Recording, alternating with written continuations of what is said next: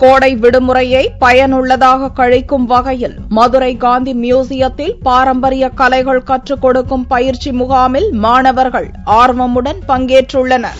கோடை விடுமுறை துவங்கிய நிலையில் மாணவ மாணவிகள் விடுமுறையை மகிழ்ச்சியுடன் கழித்து வருகின்றனர். குழந்தைகளை டிவி, சினிமா, வீடியோ கேம் போன்றவைகளிலிருந்து வெளியே கொண்டு வருவதற்காகவும் பயனுள்ள வகையில் காலத்தை கழிப்பதற்காகவும் மதுரை காந்தி மியூசியத்தில் கலைத்திறன் வளர்க்கும் பயிற்சி முகாம் துவங்கப்பட்டுள்ளது. இதில் மாணவர்களின் தனித்திறமை வெளிப்படுத்தும் வகையில் பல்வேறு பாரம்பரிய கலைகள் கற்றுக் கொடுக்கப்படுகின்றன.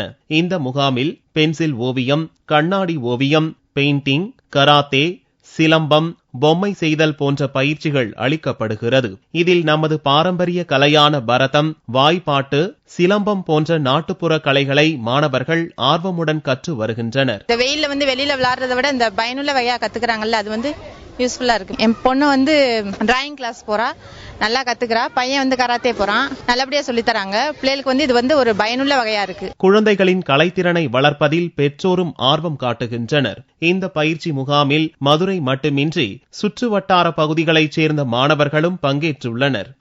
நான் யூஸ்ஃபுல்லா பண்ணணும்னு நான் நினைக்கிறேன். அதனால தான் நான் இங்க காந்தி மியூசியத்துக்கு கத்துக்கிட்டு இருக்கேன். அடுத்த தடவையும் வருவேன். டிராயிங்ல நல்லா கத்துட்டு நல்லபடியா செஞ்சுட்டு போவேன். வீட்டிற்குள்ளேயே குழந்தைகளை அடைத்து விடாமல் அவர்களுடைய கலைத்திறனை வளர்க்கும் இந்த கோடை பயிற்சி முகாம் வரும் 24ஆம் தேதி வரை நடைபெறுகிறது. பயிற்சி நிறைவடைந்ததும் மாணவர்களுக்கு அதற்கான சான்றிதழ்களும் வழங்கப்படுகிறது.